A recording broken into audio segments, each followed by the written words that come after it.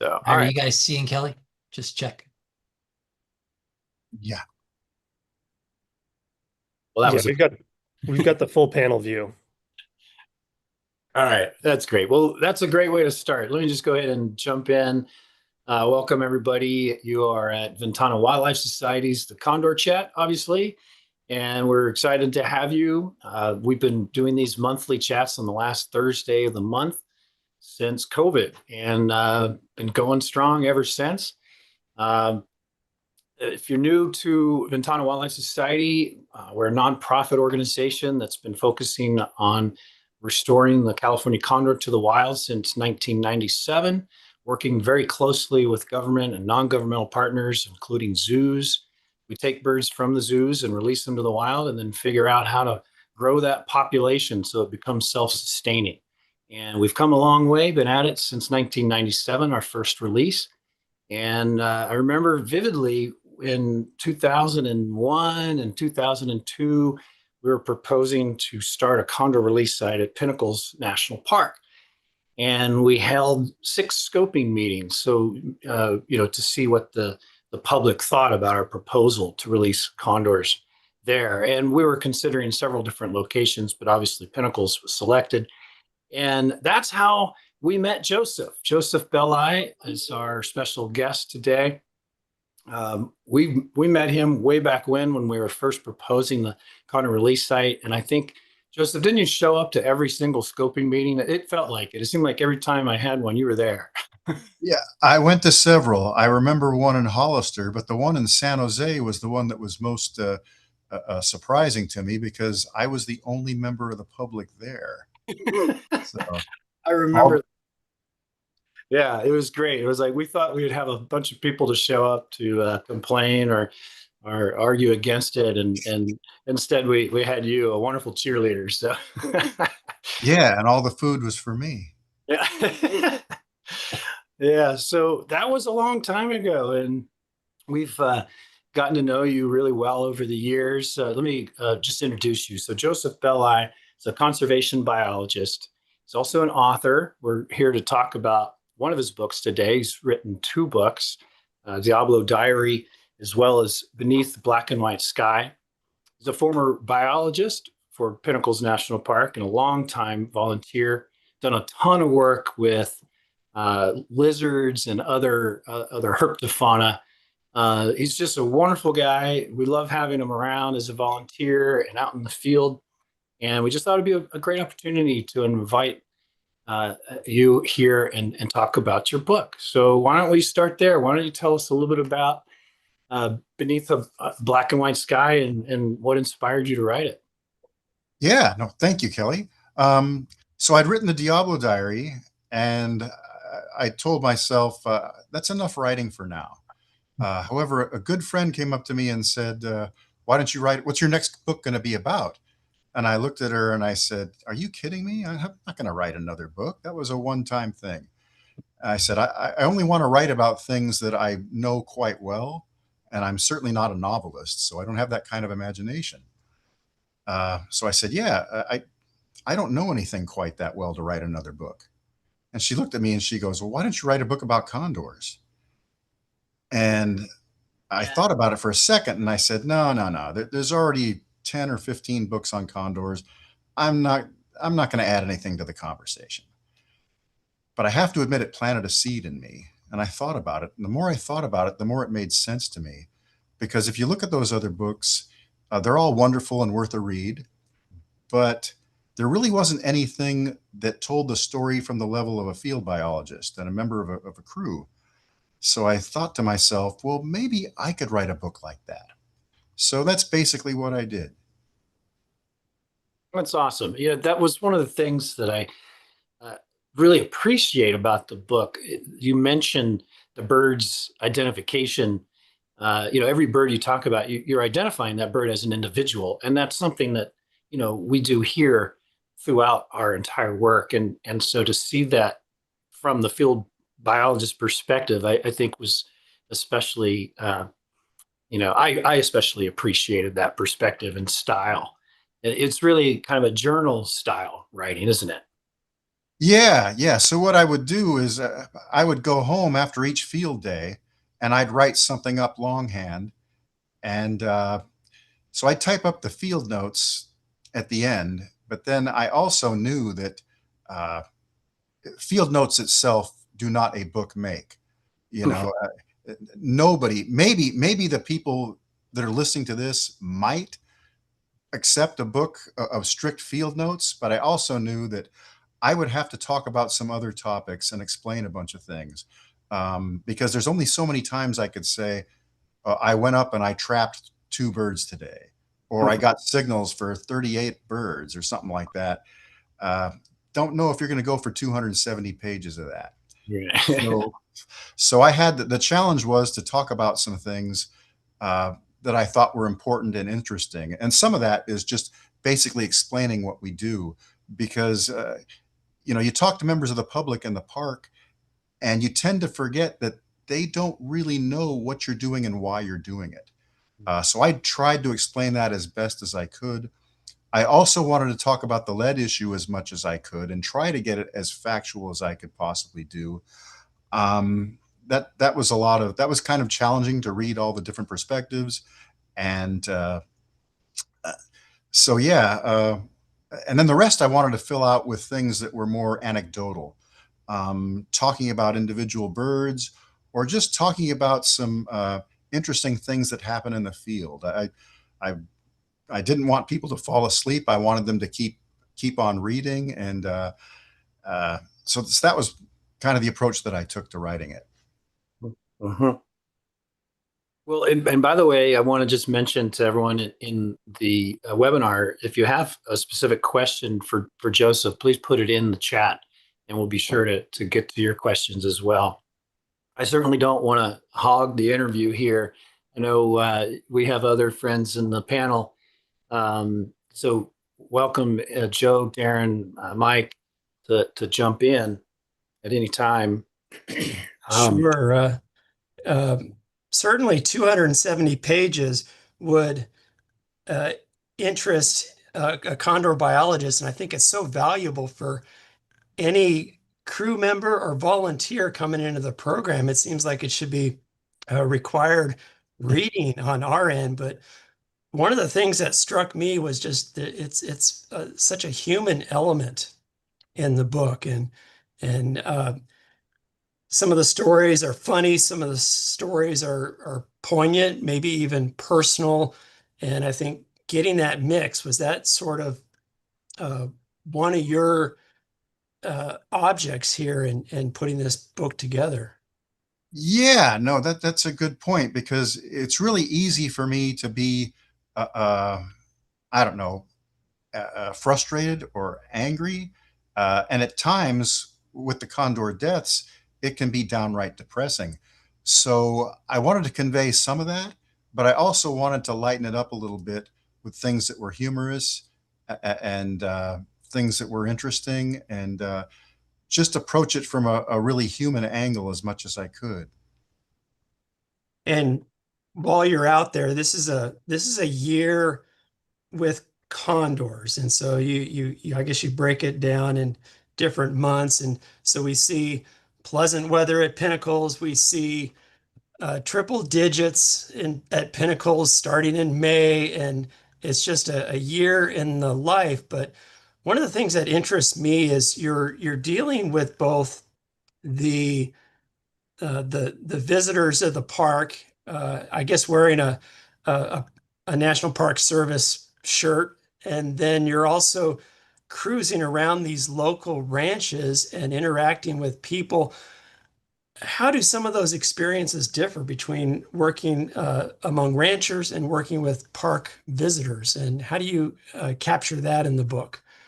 Yeah, no, yeah, I talk a lot more to park visitors. When I'm outside the park, yeah, well, I'll start talking about the visitors to the park because you get overwhelming support for condors. Probably not too surprisingly. Um, you get a lot of different uh, you get a few different opinions.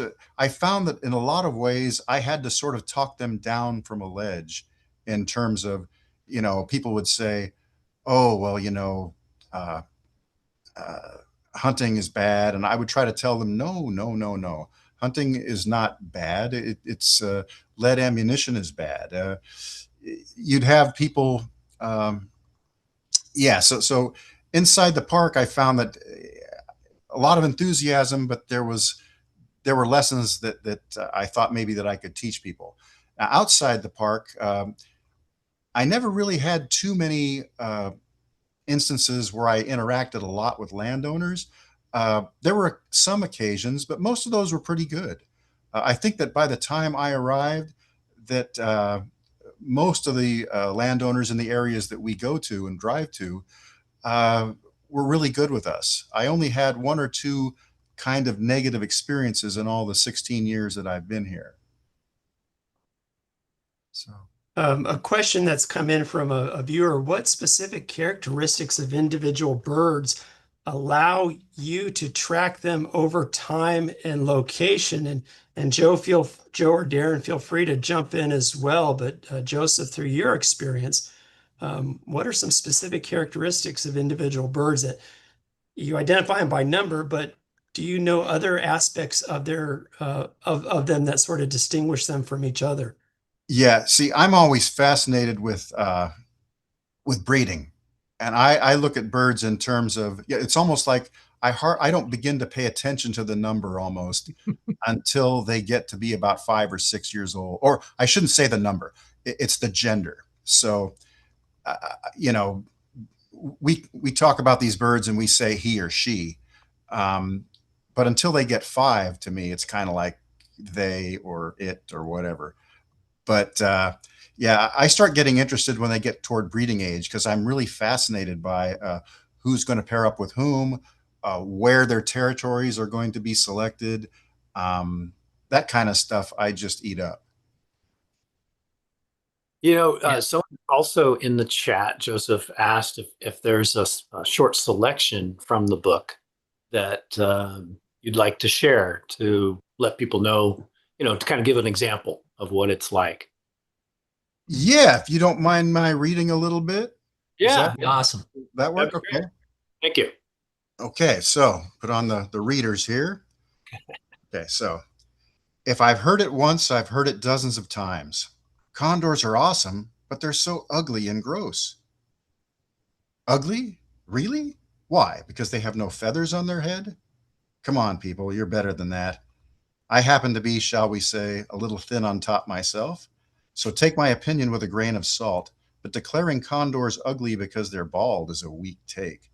There are a lot of other adjectives to describe how condors look. The red eyes make them appear menacing, while the black plumage gives them a gothic funereal air. But ugly? Hell no. Condors aren't ugly, they're striking. As for gross, that's harder to refute, but I'd like to point out they're far from alone. Sure, condors feast on carrion, but so do noble eagles and brainy ravens. Bears and coyotes are more than happy to gorge on overripe carcasses, and even ground squirrels partake in roadkill. And if you own a dog, don't you dare call a condor gross. Place a calf carcass in your backyard and just watch what Mr. Belvedere does with it. At least condors wipe their faces after eating. Condors get a bad rap for being filthy. I understand. They don't daintily dine. They plunge their whole head inside a body cavity and place it anywhere they can, including there. Aside from feeding, however, condors are downright fastidious. They preen constantly, nibbling at feathers, grooming themselves. Immediately after feeding, it's typical to see a condor rub its head against a branch or the ground to wipe away the residue. And I gotta say, they do a better job of that than some people. Quite a few guys with beards could do well to follow the example of condors. But above all, condors are serious bathers. And let's face it, we all know people who could use a good scrubbing. People also assume that condors smell atrocious. Perhaps I've been doing this too long, but I'm here to inform you that assumption is way off base. Condors don't smell. That's not to say they don't emit an odor. They do, but it's subtle. earthy and distinct. I recognize it immediately whenever I detect it. You'll never smell it, though, unless you're actually holding a condor. For a bird that plunges its head deep inside carcasses and poops all over its legs and feet, condors somehow manage to smell impressively inoffensive. Honestly, I prefer the smell of condors over any mammal I can think of, including people. Too many colognes and perfumes are overpowering. I can't believe people pay good money for those fragrances. Makes me wonder what they're trying to cover up. And as for those who do without, well, I'll take my chances on a condor. I probably have been doing this for too long. That's awesome. Oh, that's Yeah. great. Yeah, I think, I've been working with condors a while, and what I liked about the book is you really capture a lot of what I've thought out there working with the birds when because we always joke you're on condor time, Yeah, and I'm there too, I'm feeling that condor love here up here too. So I can yeah, appreciate the ball. The ball is beautiful, right? that's right. But I mean, I think I can't imagine. I've never written a book, but what did you take away from? I mean, I know there's one thing to think about it, but when you write something down like that, you probably have some like profound thoughts, or I'm just curious what you learned from it, if or I don't know what I'm trying to ask, but you know what I mean? Like, did you gain more knowledge actually reviewing your field notes and kind Oh, of yeah. digging deeper? Yeah, yeah. No, that's a good question or a good observation because when you write everything down like that and you try to organize and explain it, you realize a couple things. One, how much I still have to learn, and two, how challenging it is to impart that over to other people. But yeah, no, writing the book made me, I think, a better volunteer or biologist uh, because I was immersed in thinking about the birds all the time.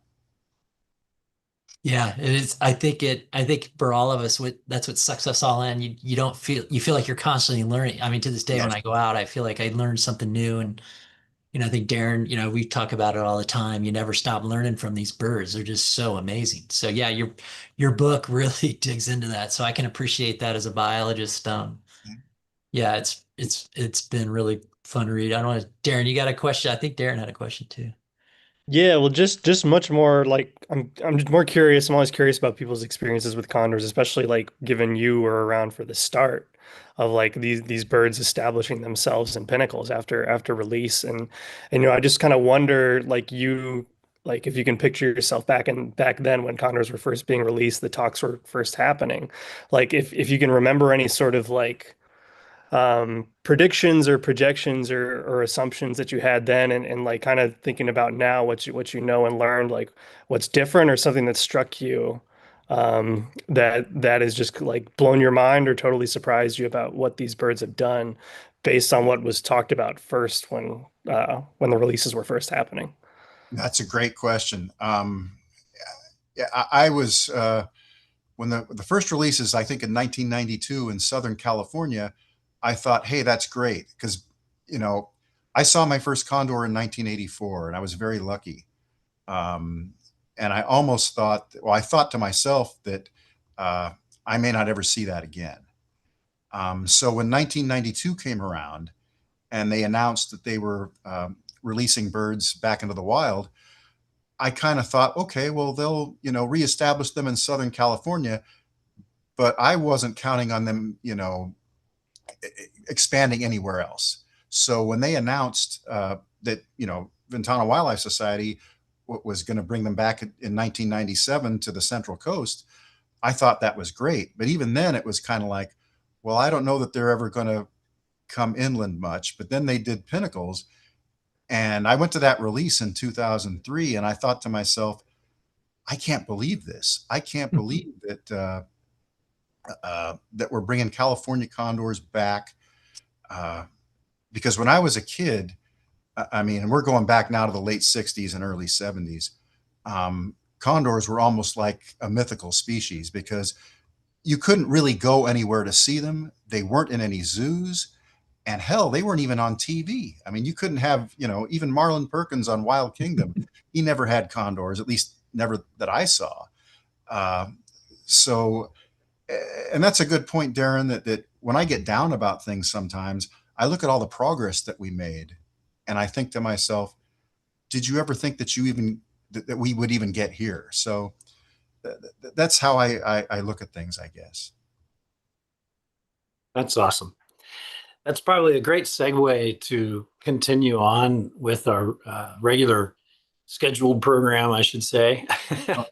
um, just because I know we want to get into the field updates, and we've got a lot of exciting things going on with nesting, and we had a really exceptional article written about our program recently, and I wanted to share that too. But anyway, before we move on, I hope you stick around with us for the rest of the chat, and just want to thank you from the bottom of my heart, Joseph, for being here today and being a longtime partner and volunteer and friend. So thank you very much. Oh, thank you so much, Kelly, and thank you for the opportunity to talk about the book and for all the work that all of you are doing.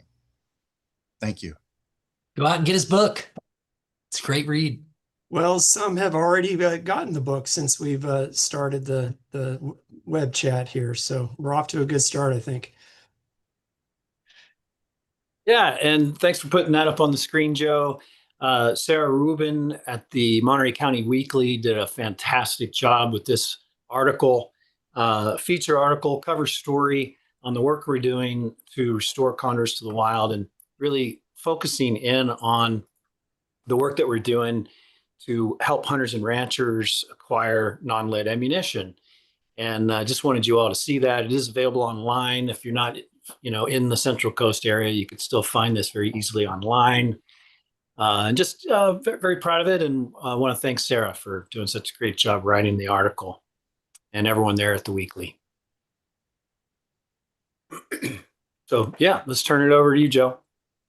Thanks, Kelly. Yeah, that was a great article. Yeah, you can find it on MontereyCountyNow.com. It's there's easy to find. Great article, as Kelly said. Yeah, and big thanks to Joseph for coming on.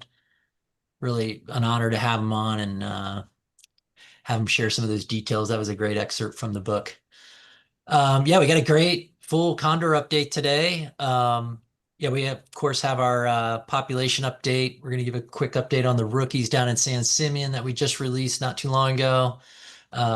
We have some updates on the 2025 fledglings. And then Darren's going to get in the nitty gritty on the 2026 nesting update and projections and stuff. There's a lot going on right now.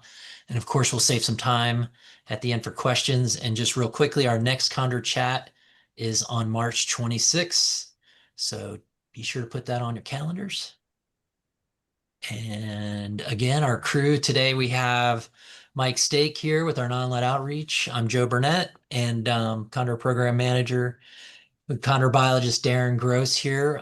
Kara Fadden and Danae Mouton are not here, but I definitely want to recognize them. They're working hard. We got Evan doing our GIS specialist work with GPS. Of course, Tim Huntington, our awesome volunteer and database designer and awesome photographer. And then, of course, our veterinarian advisor, Amy Wells. And we can't thank enough our volunteers. Incredible group. Yeah, we had the privilege of presenting this month at, earlier this month at the Western section of the Wildlife Society. Danae gave a great presentation on her work with cooperative breeding. It takes three to tango cooperative breeding in California condors. She did a really incredible job. It was really well received, lots of great questions. And then I piggybacked that with a journey of recovery and resilience, how Ventana Wildlife Society brought Californians back to the Central Coast. And that was more of just to update people where we've started and where we've come and where we need to go. And yeah, so it was great to share that with our fellow peer scientists and get a lot of good feedback and a lot of great questions. So that was really cool. This just came hot off the press from Fish and Wildlife Service. This is the 2025 annual population status. They put these out at the end of every calendar year. So this was as of December 31st, 2025. The total world population is now over 600 birds. We are at 607. So that's a huge milestone. Last year we were at 560 in the 560s, right, Kelly, I believe. And then the biggest number, I think the most impressive is the wild population portion of that 600 is at almost to 400 birds. We're at 392. We came up just short of the big 400.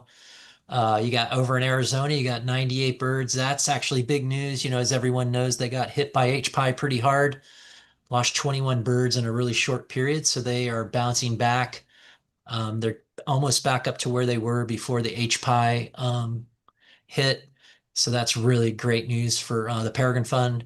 And of course, in California, we have 216 birds, and that includes Southern California, that they are 99. Here in Central California, as the time of this ended in December 31st, we had 117 in Central California.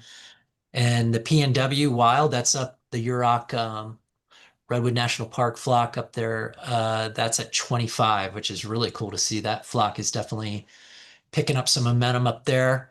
And down in Baja, you have 53 birds. I think a lot of folks don't realize that. We got a really robust population down there in Baja. And then locally here in Central California, since that update was put out by Fish and Wildlife, we're now at 115 birds in Central California. We had in 2025, we had 5 fledglings, which was a great year. 2 at Pinnacles, 3 over here on the coast. And then we released a good number of birds, 13, and basically split those between the 2 sites, San Simeon and Pinnacles. We do have our first recorded condor death for 2026. Pinnacles bird 912, yet unrecovered, but they know where it is. They're just waiting to access the private land where this bird is, but really unfortunate. We have a couple birds missing. We still have Diane 1011 missing since May 2025. And of course, Rachel 1042 since January 2026. And 1079 is officially now has hit a year mark. So he's now an official death, and he'll be added to the 2025 total, which will bring that up to 9. Yeah. And I can't say enough to anytime we lose a bird, especially, as you heard Joseph mention before, when you lose a breeding age bird, it really, really hurts. They're just hitting their prime. I mean, this is the definition of a bird, a male that was just hitting his prime. And this is probably the toughest birds to lose because they make it right to that pinnacle point where you're like, all right, buddy, now you just got to go find a mate. And then their lives get cut short. We still do not know the cause of death for this bird.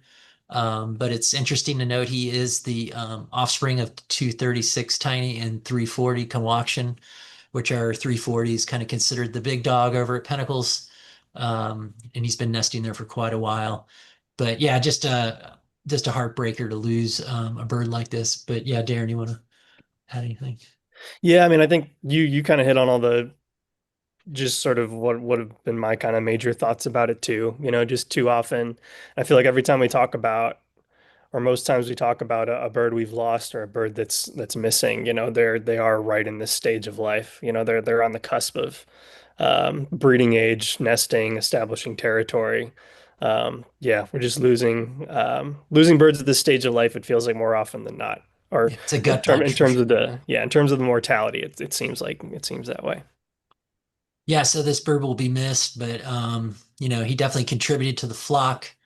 Again, a wild fledged bird. And I think his legacy will obviously live on through the flock. He definitely added to you know, probably taught a lot of young birds how to survive out in the wild. So taught them some lessons here and there. So it's not all lost for this bird.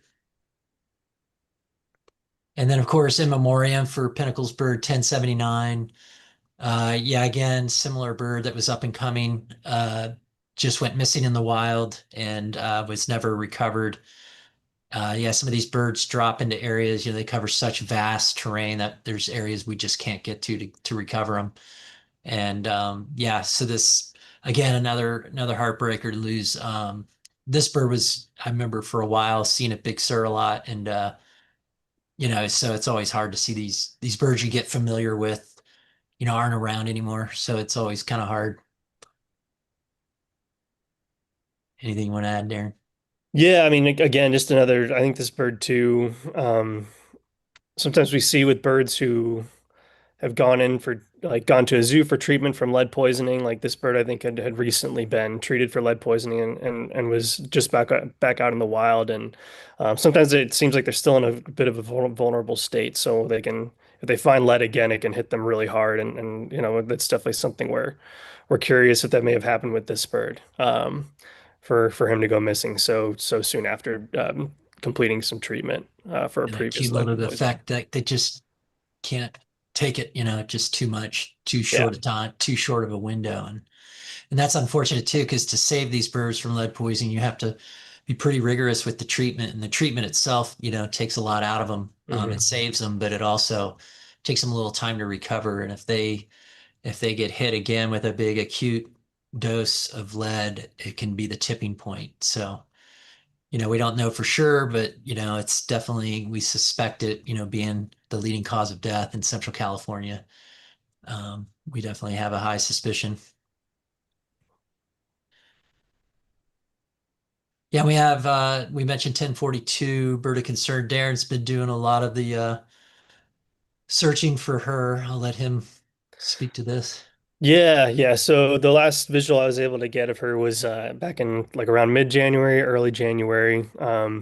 We had noticed, that she hadn't been moving much. The observations where we were able to get showed she was showing symptoms of lead toxicosis, but was as is often the case with when we first notice symptoms of lead poisoning in a bird, they're in a place we can't access to actually like get them or trap them or bring them to captivity for treatment. So for her, we were hoping she would show up at one of our trapping sites where we would be able to get her and further evaluate her and take her in for treatment if needed. But yeah, before that could happen, she kind of went off the radar more. We've worked with Lighthawk. A big shout out to them. They help us a lot in flying and taking signals from the air for birds who were having issues finding. And so yeah, Lighthawk they did a couple flights, were able to get signals for her and from a private property, and so we're in the process now of trying to access that property and checking on her. And yeah, just trying to hopefully get a status update. Yeah, so yeah, hope we can get access and recover. Mhm. All right, February. I think I say this about every month in Big Sur, but February is a pretty good one. That might be one of my favorites. But the great Tim Huntington took another amazing shot. Not a condor, but just a really cool nature shot of some of the cool stuff you see out in the field when you're working with condors. This banana slug on I think it's a redwood iris, right? Is that a redwood iris? I believe. Redwood Yeah, lily? yeah, Douglas Iris or Douglas iris. There yeah. you go. Yeah, I mean, good Lord, there's a lot going on there, but slugs are underappreciated, I think, They're just This stunning. is, I mean, yeah, I know, look at that shot. I mean, that's yeah. unbelievable. I mean, eyes in the beauty of the beholder, like we always say with condors, it's it's awesome. But yeah, another great pick by Tim. We got some other photos here. Amazing shot by Meredith this month. She sent this along to us. She was out at Pinnacles and caught this. This is 1171 Strix, right? And I Yeah, believe 1170 and Strix and 1301. 1170. Hmm. But there's photos that just capture the behavior of condors and that camaraderie they have and just the bonds they develop. If this doesn't speak to that, I don't know what does. Just that it just hits you when you see who you just can identify with that. They are buds, you know what I mean? So it's a big reason, like we were talking with Joseph about when you start working with these birds and watching them, you just get sucked in. I mean, you start to see these really amazing behaviors, and you're like, oh my God, these birds have so much depth to their social bonding and everything. It's like it just hits close to home, if you know what I mean. But it's yeah, really great shot. I just wanted to make sure to share. And when Meredith sent this to me and my brain exploded, I was like, that is amazing. And of course, the unsung heroes, the turkey vulture. When we started releasing condors in Big Sur, and Kelly will remember this, I give these guys big kudos because they showed the birds around. I mean, I would argue that they even showed them where to feed in the wild for the first time down there at Sea Lion Cove. I think they guided them in. Of course, they quickly realized, oh wait, I got to wait for the condors to feed before I can feed. But it was pretty amazing. And not only that, that early roost site that you like to use at Pfeiffer State Park, remember Kelly, where we take people to see the birds? Yeah. Yeah, these birds are really great guide birds. That's what we used to call them. Remember, we call Yep. the turkey vultures guide birds, and yeah, they taught the condors a lot. Yeah, I always like, yeah, when Meredith sent this photo, I was like, oh my God, I got to show this because they don't get enough credit. Beautiful shot though. They're really graceful. I always call them the teetering turkey vulture. You know, if you're out in the wild looking, because people will mistake these guys for condors a lot. And one telltale is that the turkey vulture is a little more unstable when they fly. They get kind of tipped around when they're flying, whereas condors are just flat and sturdy and steady. And yeah, it's one little, the teetering turkey vultures is a good way to remember it. We had a snow day in Big Sur. It's always exciting to get a little snow up in the hills on the mountains. The birds definitely enjoyed it for folks watching the cams. We had some snowfall falling on their heads when they were out walking around. It was pretty funny to watch, and they don't get snow that often, so it's kind of a novelty for us down, in Big Sur. But we got quite a bit. We got like a half a foot up on the upper ridges, just a few inches down there at the Condor site, a little lower in elevation.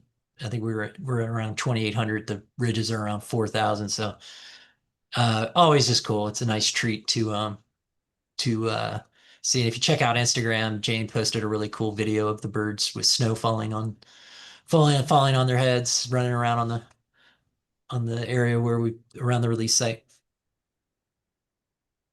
All right, rookie updates. How we looking there down there? Yeah, I mean things are kind of status quo right now for the rookies down there. They're all doing great. But Jeff definitely like the release site, the feeding slope down there, that is their home base. And they're not straying too far from it. More and more we're seeing like some exploratory flights, but still nothing too far yet. Um, and whenever they do go out somewhere, they're returning back to the release site and the feeding slope, which is exactly what we want. So right now is we just want them to be secure in that spot where they're getting clean food. They're interacting with other condors, really integrating with the wild flock. I mean, they're fully integrated now down there with the hierarchy and the birds that hang out down there. So yeah, it's cool to see them when we go down there. I was there last week and just they're all still hanging out together too. All seven of these birds. It's just fun to see. Just they're definitely their own tight knit unit. Um, and yeah, just interacting with the other free flying birds down there like they've always been a part of it. So yeah, really cool to just see them thriving down there. Yeah, and stay tuned in the months ahead as they start expanding out. Evan will start providing us maps of his awesome maps showing their expansion. So we're looking forward to that. And that's kind of the pattern. This time of year, it's still pretty wet and they're limited on how far they can fly anyway. So that's kind of a good thing. Like Darren was pointing out, we want them kind of to really get that confidence built up at the home base, and then they will naturally start to disperse out and follow their mentor birds, basically these older mentors out in the wild. It's just instinctual, and they'll start following them. They'll start popping up on the Big Sur. You start seeing them on the Big Sur cam over at Pinnacles. It'd be really exciting to see. So yeah, and there's just been a lot more activity right there and down at San Simeon in general. We've had a Yeah. lot. We've had some, like I think last update we even mentioned it. We had 25 plus birds there. Yeah. And really like the last month or two, it's kind of been hovering around 20, like a little over 20, like at least those low 20s. And that's pretty, that's kind of it's new to have that many birds like be stable down there and kind of spending that much time there. So yeah, they're doing really well and more free flying birds are kind of calling San Simeon more their home and kind of taking up residence there, which is cool to see. Yeah, we have a lot of great nesting territory down there. San Luis Obispo County was a historic nesting area for condors back in I think as late as into the 60s, 70s. They were nesting, just in southern San Luis Obispo County. So pretty awesome to see them kind of expanding that direction. And yeah, we hope we still got time this nest season. We might have a nest down there. We've got more on that coming up. Hey, and Joe, someone was asking about the naming for this cohort. Would you explain the theme? Yeah, I can hop in here. So yeah, we always like to kind of highlight other species of and the conservation efforts for other species of concern or endangered species. And so this year we thought it would be cool to name this cohort after endangered Hawaiian birds. Um, and then Huckleberry was a holdover of some when we did some California local flora names. So yeah, he got Huckleberry 1290. But yeah, we wanted to just highlight some of the birds who are endangered in Hawaii or who are on the way to recovery. And yeah, just thought this was a really cool way to kind of shout them out and all the efforts out there. Thanks, Darren. Hmm.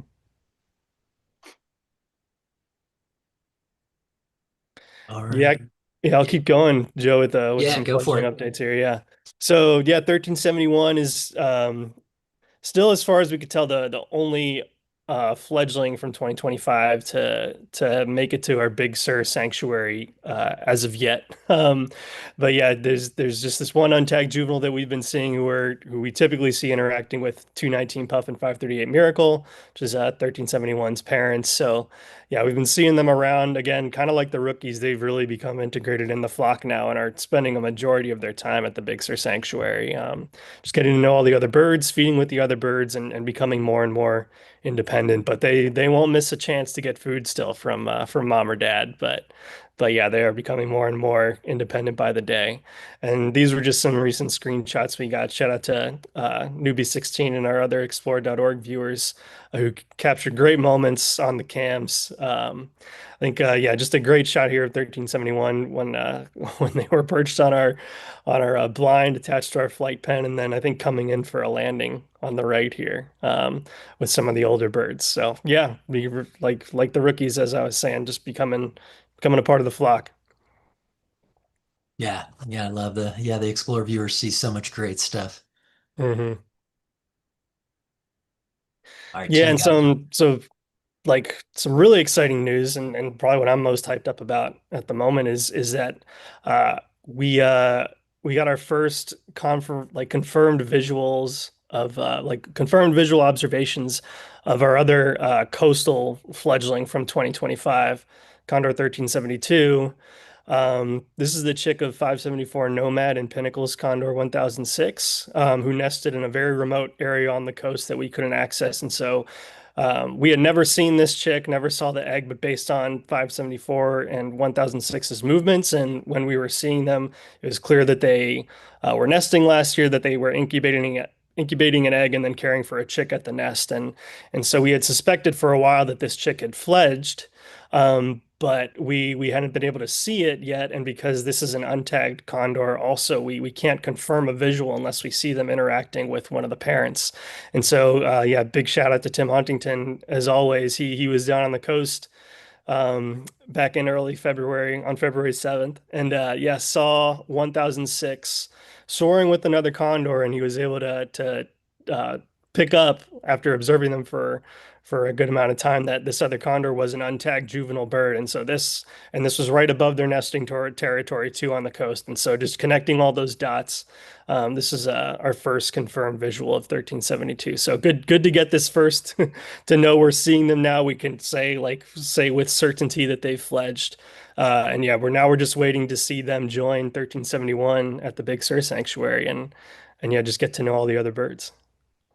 Yeah, I got a feeling that lens, he had his big lens out this day because he Yeah. had to zoom way in, but pretty awesome tool when especially for the untags, just to be able to, because it is so hard. We're taught, it's hard to describe the terrain these birds are in and covering, and you just got to get lucky. And Tim got lucky that day, but he also puts in a lot of time volunteering for us. So it was a nice reward he was pretty stoked too.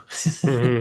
Hmm. And we were stoked, of course. So yeah. Yeah, yeah, awesome news. Yeah, we were waiting in it with a lot of anticipation for this moment. So glad to have it. Yeah, so I'll get into our nesting update. So um some unfortunate news to start. So the one nest we were able to share with you all that was confirmed at our last chat. It was the trio at Pinnacles 692, 726, and 966.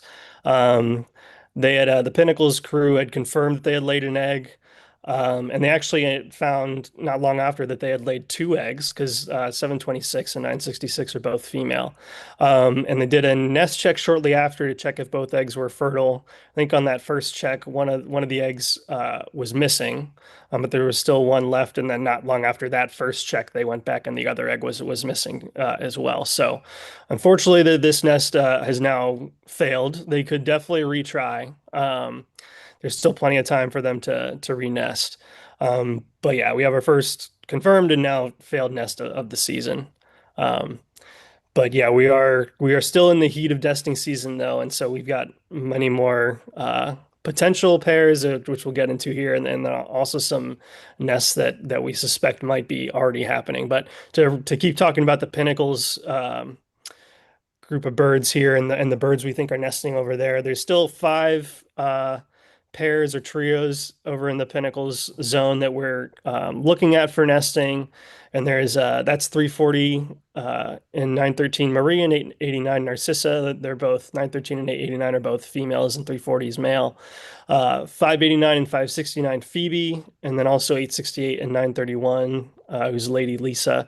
These two pairs have been nesting in consecutive years, and so if they nest again this coming season, that will be another consecutive year, which just to remind folks, that's we it's very rare. Most of the time, condors nest, like a pair of condors nests every other year. It's rare to see them nest in consecutive years, but these two pairs have been going in consecutive years. I think 868 and 931 have only gone 2 years in a row at this to this point, but 589 and 569, I think if they nest again this year, it would be seven. It might be 6 or 7 nests or 6 or 7 years Yeah, in a I think row. it's six. Yeah, six. Six. Okay. So yeah, 6 years in a row. So yeah, very excited to keep following those two pairs and see if they'll nest again. And then two other pairs that we're keeping an eye on, and the Pinnacles crew is keeping a close eye on, is 1036 Rosalie with 888 Cedric, and then also 747 Boeing and 1034 Hasso. So yeah, these five pairs are we're keeping a close eye on with Pinnacles National Park. Could To potentially see if get an they egg any nest. day from these guys. Yeah. Yeah. Mm-hmm. Mm-hmm. Yeah, and then to get into sort of the nests out here on the coast that we're monitoring, we suspect we have three active nests right now, just based on some early GPS patterns and movements that we're seeing from these birds. It looks like we have three nests from these pairs. So yeah, starting with 190 Redwood Queen and Pinnacles Condor 745, it's looking like 190 has found a cavity and laid an egg. We're still waiting to see with this pair and with the other two I'll talk about. We're still waiting to see more of that GPS pattern that we typically see during incubation and nesting before we officially call these nests active. But yeah, 665 Redwood Sun with Pinnacles Condor 317, they're kind of showing the same thing. It looks like 317, who's the female, has laid an egg on the coast, and so we're still monitoring their movements through GPS data, but also the radio telemetry and visual observations to see if we detect a nesting pattern, or continue to detect a nesting pattern. And then also 1031 and Nico and 840 Tyrion, it looks like they are nesting, which is yeah, we're very excited about this. We had talked about, I mean, we've talked about Aniko endlessly, but we're stoked now that like she's reached breeding age. We were hoping to see a nest that she would be nesting this year, and so it does look like that's happened, and that she's found a mate in 840, and that they are nesting. So yeah, we will keep you all posted as we keep monitoring their activity, and hopefully can confirm nests for these three pairs soon. Yeah, I think, folks that have followed us for a while, I mean, that's back when the Condor Chat started, as Kelly opened up with, she was a big part of that when we first started, obviously surviving the fire, going and recovering at LA Zoo. Then we released her and everybody's watched her grow. It's pretty amazing. And she's really starting at the earliest age she can, which is pretty amazing. Maybe it's the good genetics she has from 190 from Redwood Queen. But pretty awesome to see her in form right now. And it is early. We're always pretty conservative because a lot of these we did, as Darren was mentioning, we watched the GPS data. Some of these nesters just in really, by the time we'd hike out there, it would take us days. So we tend to just wait. If if the egg's making it, it's going to make it. So we're going to just watch the GPS data, and it's proven, as we saw last year, years previous, that the GPS data doesn't lie. So it's pretty awesome. So yeah, we're feeling pretty darn good. Next month will be a really good update. We'll have a lot more. We'll feel a lot more solid about some of these nests, and we'll probably have a few more. Mhm.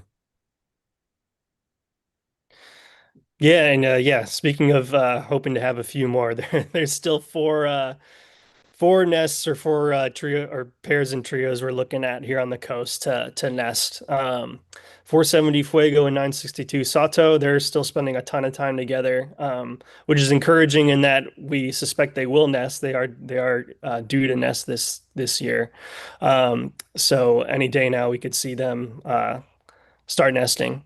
And then 646 Kodama, 652 Ferdinand, and Pinnacles Condor 550 have an interesting dynamic going on at the moment. It's a little hard to discern if they're a trio, if Ferdinand's going to eventually just fully pair off with either 550 or Kodama. But we are kind of still seeing the dynamics play out there. No nest yet, but yeah, I'll talk a little bit more about Kodama and Ferdinand, specifically where we've seen them in a territory where we think they might nest. Um, but yeah, nothing official from them yet, but hopefully by the next update we'll be able to share some exciting news there. And then yeah, just two other pairs we're looking at for nesting are 209 Shadow and 881 Minerva, and then also 758 Thunder Chief and 936 Madeline. Um, yeah, and I think we have a little bit more on each of these pairs. So yeah, the first uh GIF here of 209 and Shadow and Minerva.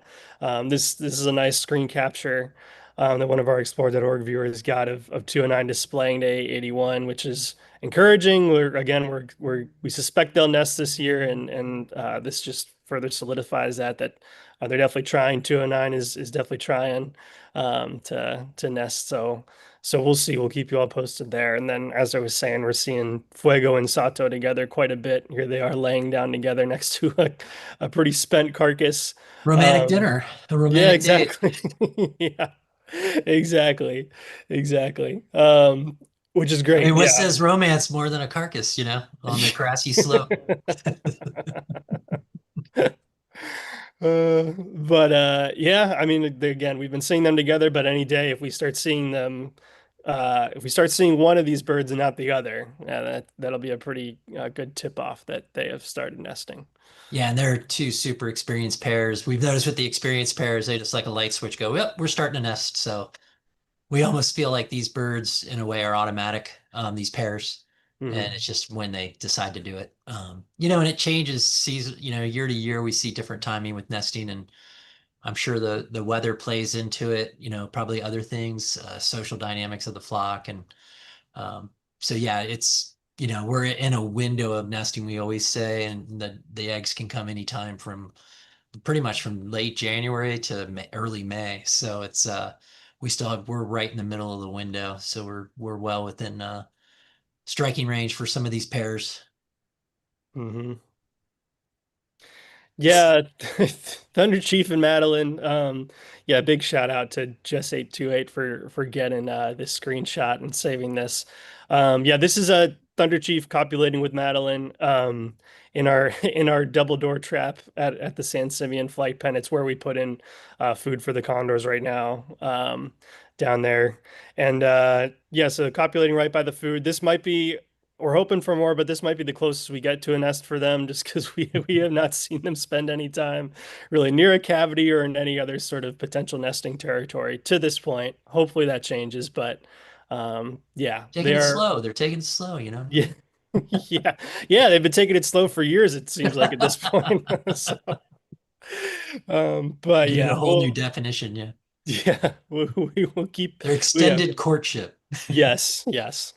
Which, hey, fair enough. Maybe Madeline needs more convincing, which I totally get. Yeah, So yeah, we will keep you all posted, though, if we do get a nest from these two, because we would be very excited if that happens. for sure. Yeah, and then to to explain the dynamics here between Kodama and Ferdinand, and then also Pinnacles Condor 550 a little more. Ferdinand was paired with 550. Recently has been spending a lot more time with Kodama and has been seen displaying to Kodama, copulating with Kodama, and they've also been spending time in Kodama's nesting territory to in her nest cavity, which you can see on the in the screen capture here from our live streaming Nest camera. Um, yeah, no, they're spending a lot of time in the cavity together. We have not seen 550 come to this nesting territory or spend time with them, but we are seeing Ferdinand still spend a lot of time with both females. It seems like he hasn't really decided to nest with either one to this point. And 646 and 550 don't seem to be the biggest fans of each other. So it's it's hard to say if yeah, hard to say if there'll be a trio. That would be awesome, but well, I don't know. I'm kind of thinking Ferdinand might end up selecting one or the other as we move along here. But yeah, really kind of it's very interesting to see this play out. I don't think I've seen such a drawn out sort of process for a pair or trio formation, and um, yeah, it's been cool to observe this. Yeah, and I mean that's the special treat of this nest cam is we're seeing some of this early. We've never seen the preseason kind of nest behavior, and that's what got me most excited about it. You know, big shout out to Gavin Evans over at Pinnacles coming over and help us put this cam in, and of course to explore.org. But that was one of the bonuses I was thinking. You know, back to we've been talking about it this whole chat with Joseph, and just anytime you get more insight to their behavior and how these birds build up to, it's such a close range. When they're in that nest, we're seeing them, you're hearing them. I know folks that have been watching, you can hear them huffing to each other. You can hear like this month she was squealing in the nest. It was really, and they see this stuff in captivity. So it's been cool to kind of, see some of this more intimate setting stuff that we've never been able to see. So I just highly recommend folks tune in. It has been intermittent when they pop in, but you can, if you go to the different places, people comment when they saw them, and yeah, it's pretty easy to track it down. And on that note, yeah, we're just encouraging folks to keep watching, and that egg could come anytime. And like Darren said, we're hoping 652 and 646 line it up, or even if they form a really cooperative trio, which we've seen many times. And that could happen as well. They, like Darren said, they have been at odds against each other a little bit. They've been coming to blows at times. But the drive to breed will sometimes override all of that. So that instinct to reproduce will sometimes just break some of those barriers down. So hard to say what's happening. You just got to tune in and watch. We're watching with you. We don't know. So you'll know it as soon as we do. That's the beauty of these live cams. So just keep watching. And Joe, I think I told you yesterday I was watching the cam and I didn't see any of the condors in the nest, but I could hear them. They must have been perched on the redwood just above the camera because you could every time they would fluff their feathers or kind of flap their wing or any noise whatsoever, you could hear it really, really clearly. And that you can was see you can see their shadows in the cavity of the nest sometimes, their silhouettes when they're moving around. Yeah. Anyway, I love this cam because of the sound. Yeah, it's pretty, it just opens up another whole sensory, it's pretty cool. But yeah, definitely tune in. We're excited. Again, we're right in the heart of nest season, so things could happen any day. Yeah, just to wrap up, there's still some females who have just reached breeding age, who are keeping an eye on for nesting and pairing up. And on the Ventana side, that's 1089 little great one, and then also 1104 otter. They've just reached breeding age and are very social. We've seen little great one actually displaying to other birds, and so we'll see if she ends up pairing up with someone or being in a trio with another group of birds. And then on the Pinnacles side, we're also watching 1078 and 1081, who we see pretty frequently on the coast as well. So yeah, still lots of potential out there. As Joe just said, we're in the heart of nesting season, so we could definitely still see some nesting action from any of these females. On that note, always want to give a shout out to folks that have been helping us, and for those that want to donate and help out. That would be great. And yeah, we're still working hard to raise funds for some of the setbacks we had with losses in federal funding. So every donation helps and keeps our effort alive and well. So yeah, and for those that have donated, big thank you.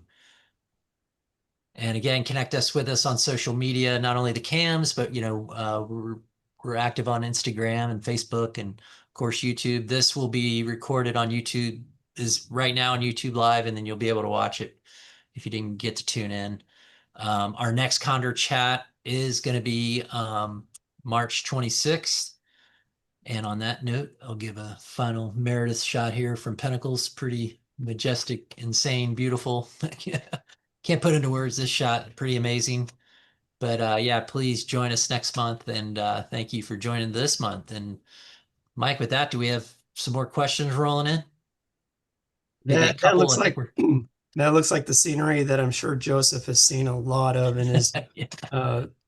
time at the Pinnacles. We have questions on carcasses, believe it or not. So I can start with one viewer who went to Piedras Blancas and saw lots of elephant seals on the beach and a couple of carcasses. But the volunteers there seem to think that the condors don't come down to feed on the carcasses because they can't get the lift that they need to take off again. And so the question is that true? Or are there other reasons why a condor might not be feeding on plentiful carcasses? Joseph, you want to take a stab at that one? Yeah, that's kind of an interesting question because I've only been to Piedras Blancas once. Um, that's a pretty good observation, though.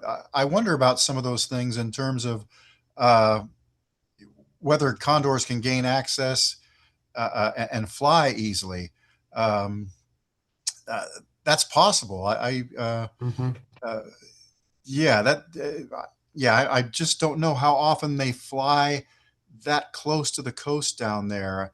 Um, Yeah, yeah, the topography right at certain parts of the elephant seal colony down there have a very low angle. But if you go north where not a lot of tourists see the elephant seals, the condors can definitely have access to that area. And we've had birds in the past go down on those steeper areas. But I also think a big deterrent might be the amount of people.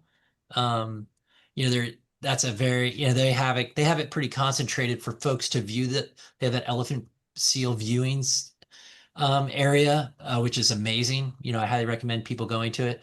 But even that could be, and it's pretty close to the beach, and that could be enough just to deter condors from feeling comfortable, as well as that lower angle. It's a challenging spot to get in and out of. They can definitely do it, and the conditions would have to be right. But again, they would all the stars have to kind of align. They're not that desperate to go down there. They're definitely looking for natural food, but if anything's off about a situation, they will err on the side of caution and move on because they have those big wings and they can go up the coast further to a spot that feels a lot more secure. And the good thing about the elephant seals is that colony, there's the visible part where people can view it, but that colony extends a mile north of there, maybe a couple miles north of there, all the way up to San Carpoforo Creek. And up by San Carpoforo, it gets really steep. It's more like what you see in Big Sur. And we had Beak Boy go down there not too long ago, probably a few years ago, and we saw GPS hits. He was down on some of those beaches around San Carpoforo, probably feeding on an elephant seal. So we know it's possible. It's just, and again, it's maybe time and the birds getting more comfortable with it. But I think eventually it might happen. Darren spent a lot of time down there too. Definitely pipe in, Darren. Yeah, I mean, I've always suspected the low angle of the landscape might be a deterrent, but also like you said, Joe, I mean, it makes a lot of sense that just the human activity there would be a deterrent. And yeah, condors are very they are very cautious about when they go down on the ground and make themselves vulnerable for feeding. We even see it at our Big Sur sanctuary, which we keep as safe as possible for them, like try to deter anything else from getting into where we're putting food out. But sometimes when we put food out or change the littlest thing, the condors are very hesitant and reluctant to go down to feed on anything we put out right away. They'll like evaluate it for a day or more even, or until they see something else feed for them to that kind of tips them off that it's safe. So really, yeah, like Joe was saying, any little thing that seems unsafe, they just will not take a chance on. That's a good They're, strategy to have, really. Yeah. yeah, they're wild birds and they're smart and they're evaluating all of these potential issues at the same time. And so all of these answers could be correct. It could be the terrain, it could be humans, it could be potential predators. So they have to evaluate all of that and make decisions on that.